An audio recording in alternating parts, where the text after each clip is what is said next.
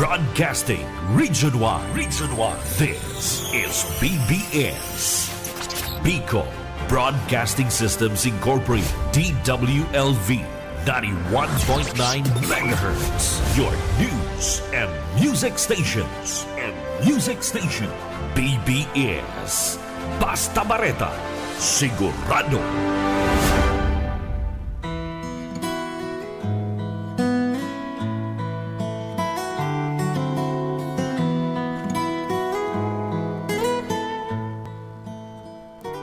Po, isang mapagpalang umaga po sa bawat isa.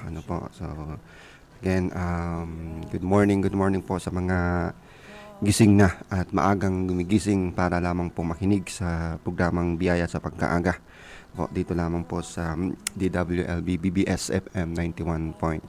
So, again, good morning po, December 5. Ang araw po ngayon ay Thursday or Huwebes. So, isang mapagpalang umaga sa lahat ng ating mga tagapakinig. Ako nga po pala ang iyong lingkod, John Mark Rances po, ng Youth with a Mission. So isang magpalang umaga po sa lahat na masugid o mga minamahal natin mga taga-subaybay sa lahat ng maagang gumigising para lamang makinig at of course makisalo sa gawain ito every morning ng alas 4:30 hanggang alas 5 ng umaga. So good morning po sa ating mga kapastoran, ating mga kamanggagawa, mga amni pastors. Good morning po kayo. Good morning. Good morning po sa inyo. Good morning sa patuloy na ginagawa ng Panginoon sa atin.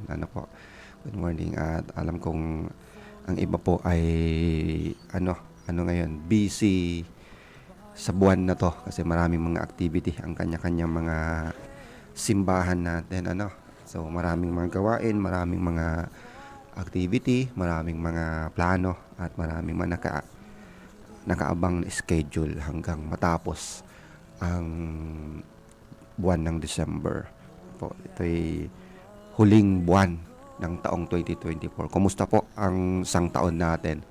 Kumusta yung mga napagdaanan na natin sa buwan na to or sa taon na to, especially sa mga nakalipas na linggo, nakalipas na buwan, mga buwan So talagang marami tayong pinagdaanan. Marami tayong may mga sakuna, may mga kung ano-anong napagdaanan natin. Pero alam ko ang Panginoon ay laging kasama natin. Laging mga nandyan para sa atin, laging nakasubaybay para sa atin. So good morning po. Of course, good morning ay Pastor Luis na siyang nag-schedule sa atin. So salamat po Pastor sa muli sa pag-schedule. So good morning po Pastor Luis. At sa lahat po na ating mga tagapakinig sa pamilya natin, kung saan man po sila, dito man sa Bicol o kung saan man, good morning. At good morning sa mga panood pa ng live kasi alam ko may may Facebook live tayo po. So good morning po sa lahat. Nawa po ay nasa mabuting kalagayan ng lahat at nasa patuloy na naranasan ang biyaya ng Panginoon sa ating mga buhay. Tayo po munang manalangin sa pagpapatuloy po natin. Tayo po manalangin. Aming Diyos na makapangyarihan sa lahat, lumalapit kami sa inyo. Napupuri, dinadakilang yung pangalan. Salamat po, Banal na Diyos, muli sa pagkakataong ito na makapaghandog, Panginoon God, sa programang ito, Panginoon God, at makasilbi sa inyo, Panginoon, sa pamamagitan ng programang itong Biyaya sa Pagkaaga. Salamat po, Banal na Diyos, sa bawat makikinig, manonood, at patuloy, Panginoon God, na magkatiwalaan, Panginoon, ng bawat isa ng iyong salita. Mapakinggan, ikaw nawa, Panginoon God, ang mangusap at patuloy pa yung lugad na pagkatiwalaan pa yung lugad ng pangunawa. Salamat po sa pangalan ng iyong anak na si Jesus. Amen. Amen. So again, good morning po sa ating lahat. So ngayon pong umaga, ang pag-uusapan po natin ay tungkol sa ginawa ng Panginoon dito po sa ating actually kung nagbabasa po sa mga tagapakinig natin, kung tayo po ay nagbabasa ng Biblia, ito pong topic po natin ay sabi nga ang iba marahil ay nagamit na sa kanilang mga Bible study, nagamit na rin sa pagtuturo sa simbahan, sa kanilang mga simbahan. Pero gusto ko lamang po itong i-share sa atin. Ano ba yung ginagawa sa atin ng Panginoon through sa mga pinagdaanan natin? Sa mga sa iba siguro kasalukuyang pinagdadaanan natin, sa iba naman siguro sa mga nakalipas na pinagdaanan natin. Ano ba po yung natutunan natin doon sa mga pinagdaanan natin? Dahil alam kong, sabi ko nga po kanina, ay marami tayong pinagdaanan, especially sa mga nakalipas na buwan. Talagang sunod-sunod yung mga kalamidad natin, kung ano nangyayari sa atin, sa natin, sa bansa natin, or even sa personal na buhay po natin. So ngayon po, babasahin ko po itong nasa Matthew, kung sa lahat pong subaybay sa atin, kung may katabi po kayong mga Biblia, sa Matthew chapter 8 verses 23 to 27. Sabi po dito, ito po yung pinatahan ng Panginoon ang bagyo. Kung sa English version, Jesus calmed the storm. So pinatahan ng Panginoong Jesucristo ang bagyo na kanilang nasagupa. Sabi nga, literal na bagyo po ang kanilang nasagupa, at talagang literal din na pinatahan ng Panginoon ang bagyong ito. Basahin ko po sa Matthew chapter 8 verses 23 to 27. Sabi po dito, "Then he got into the boat and his disciples followed him. Without warning, a furious storm came up on the lake, so that the waves swept over the boat, but Jesus was sleeping. The disciples went and woke him, saying, 'Lord, save us, we're going to drown.' He replied, 'You of little faith, why are you so afraid?' Then he got up and rebuked the winds and the waves, and it was completely calm." Verse 27, "The men were amazed and asked, 'What kind of man is this? Even the winds and the waves obey him.'" So, pagpala po ng ating Panginoon ang salita. So, again, kung may Bible po kayo sa ating mga tagapakinig, ay pwedeng mayroon din po kasi nakasulat sa Mark and sa Luke. Mayroon din mga pagkakaibang mga words, kasi iba-iba po yung author, iba-iba yung ginamit na words. Sa Mark sa chapter 4 verse 35 to 41, at sa Luke chapter 8 verse 19 to 25. Yun po yung mga kagaya nitong story na to, kagaya ng ginawa ng Panginoon, or kagaya din ng kasagupa ng mga disciple ng ating Panginoon na kanilang napagdaanan. Again, sabi ko po, kumusta po tayo? Kumusta ang ating buhay? Sa mga nakalipas na linggo, nakalipas na buwan, na marami na po tayong pinagdaanan o pinagdadaanan sa ibang mga kapatid natin at sa mga tagapakinig natin, at makikinig pa na mayroong mga pinagdadaanan or may mga pinagdaanan. So, how are we po? Kumusta po tayo?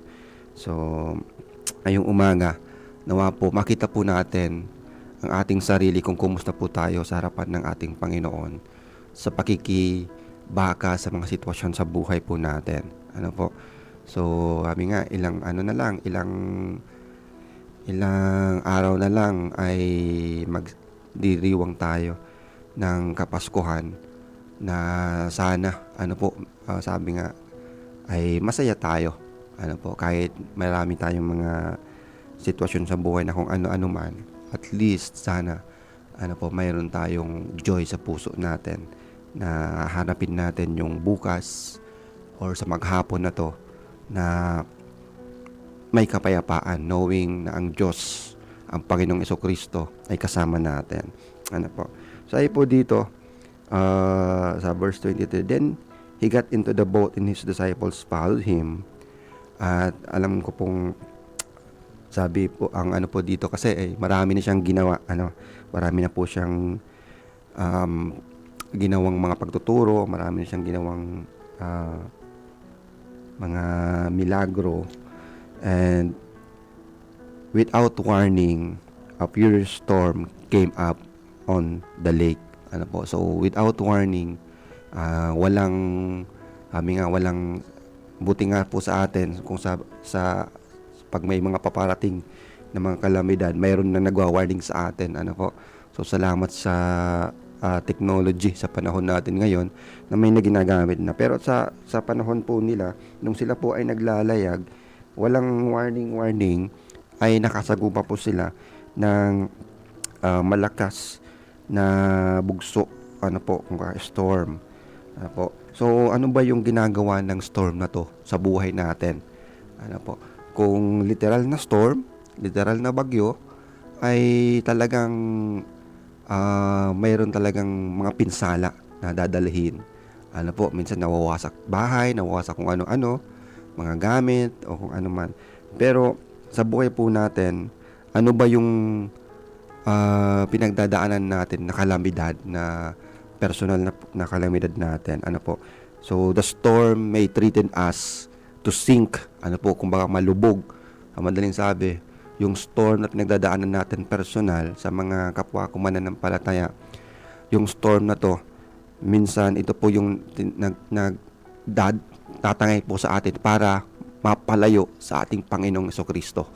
Ano po? Minsan ito po yung kadahilanan kung bakit tayo minsan nawawalan ng ganang manalangin. Minsan nawawalan na yung ibang, ayaw na magsimba dahil sa mga pinagdadaanan, mga problema, sitwasyon sa buhay, kung ano-ano pa. Po, ito yung mga pinagdadaanan natin na kumbaga yung storm sa buhay po natin ang nagiging cause minsan para tayo ay mapalayo sa piling ng ating Panginoong Jesucristo. Po. And sometimes yung storm naman ng buhay po, or yung sabi ko nga literal na storm, can cause us para matakot.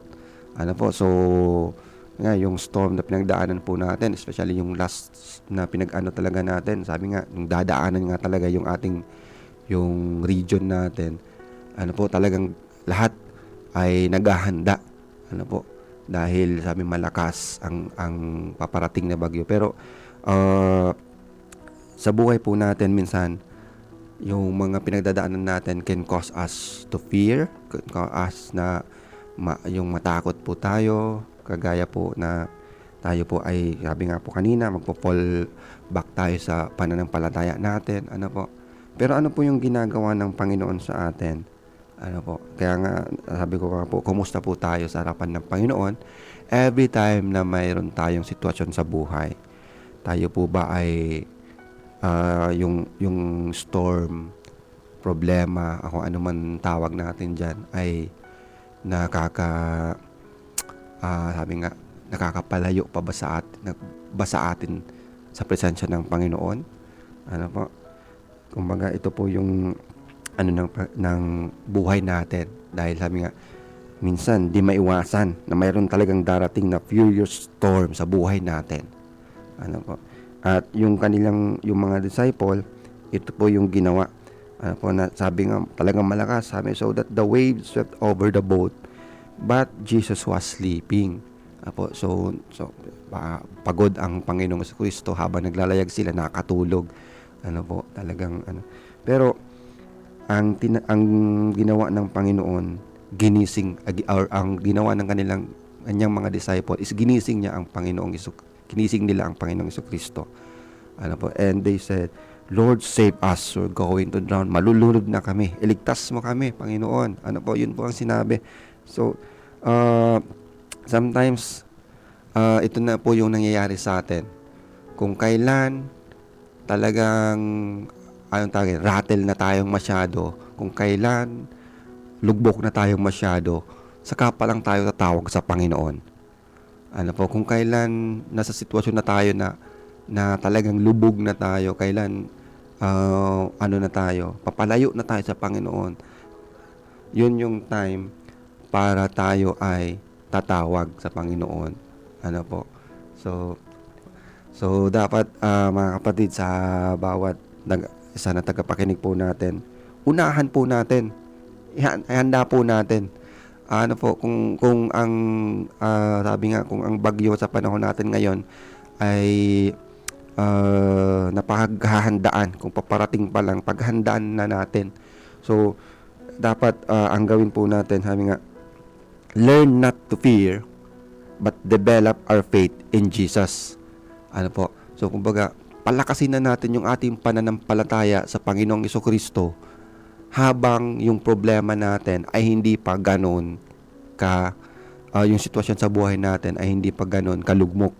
Ano po? Huwag na natin hintayin na tayo'y talaga makakaranas pa na malakas na storm sa buhay.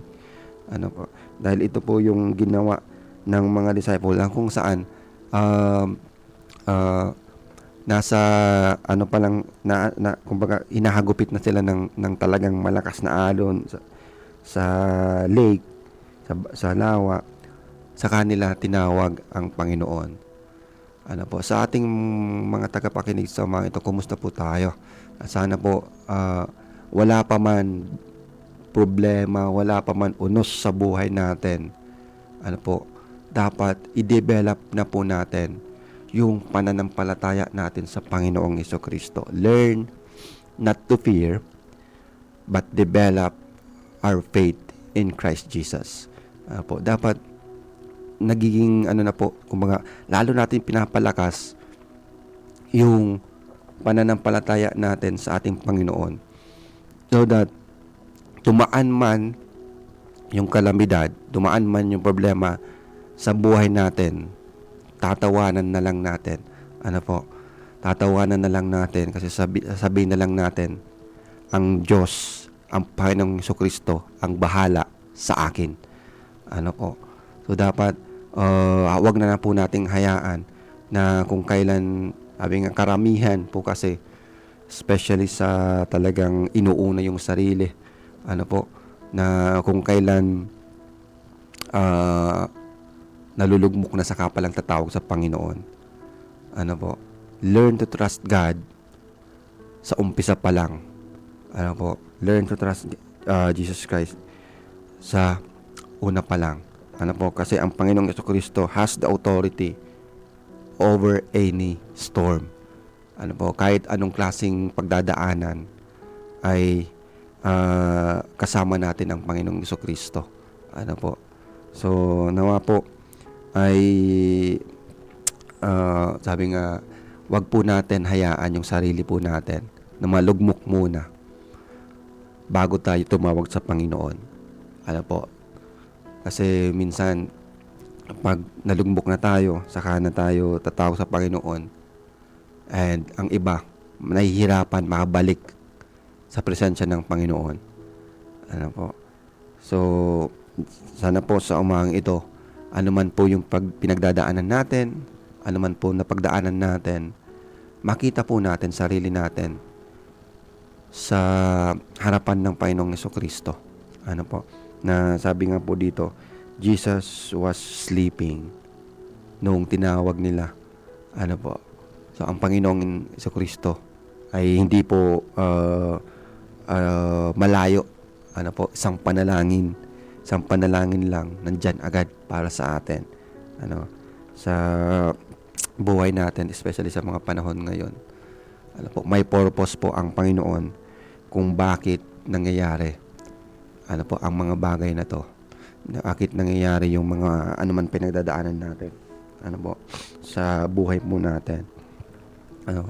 Kahit tayo o dumadaan man tayo sa anong klaseng unos ng ating buhay, so ang Panginoong Jesucristo ay kasama natin. Ano po? Sa bawat nakakapakinig po sa umagang ito, siyasatin po natin ating mga sarili na despite struggle sa buhay po natin, learn to develop our faith in Christ Jesus. Ano po? Lalo po natin palaguin ang ating pananampalataya sa Panginoong Jesucristo. Opo. Huwag na po natin hintayin na tayo'y sabi nga, dumaan pa sa malaking unos sa ating buhay. Baka tayo, sabi nga po dito, yung kanilang bangka, sabi po, so that the waves swept over the boat. Baka po tayo matangay ng agos ng ating problema at di tayo makabalik sa presensya ng Panginoon. Ano po? Learn to be firm in Christ Jesus and face whatever na pagdadaanan natin. And even ang Panginoong Jesucristo has the authority over any storm. And even ito pong bagyo na kanilang nasagupa. Ano po, sabi po dito, then he got up and rebuked the winds and the waves, and it was completely calm. If Jesus Christ can calm the storm, kaya niya rin baguhin ano po ang sitwasyon ng ating buhay. Ano po. So sa umagang ito, sa bawat isa po na may pinagdadaanan, ano po, sabi nga po kahapon kung tayo po ay nakapakinig, there's power in the name of Jesus. As we call unto Him, ano po, there's power in the name of Jesus. Kung nakapakinig po kayo kahapon sa ibinahagi ni Pastor Lindo, ano po, there's power in the name of Jesus. So isabihin, lagi tayong lumapit sa Panginoon. Ano po, huwag na po natin hintayin na dumaan pa tayo sa unos ng ating buhay para po lang tumawag sa presensya ng ating Panginoong Jesucristo. Again, there is power in the name of Jesus. And Jesus has the authority over any storm sa ating buhay. Ano po? If God or Jesus can calm the storm, He can also change the situation ng ating buhay. At learn not to fear, but develop our faith in Christ Jesus. Ano po? Yun po yung sikreto para po sa anuman pagdadaanan po natin sa ating buhay. Tayo po, sabi ko nga po kanina, ay tatawanan na lang natin kung anuman pagdadaanan natin.